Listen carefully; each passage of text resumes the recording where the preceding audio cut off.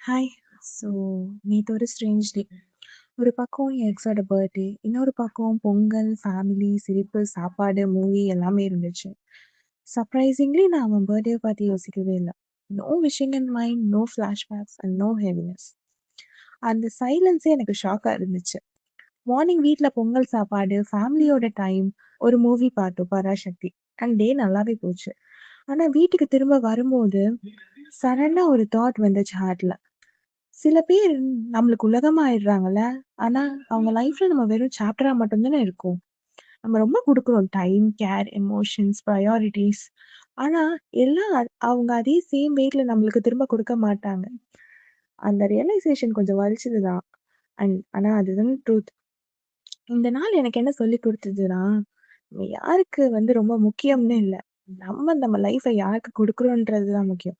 Yesterday நான் break ஆகல. But லைட்டா இந்த ரியலைசேஷன் ஹிட் ஆச்சு. ஸோ டியர்ஸ் வந்துச்சு.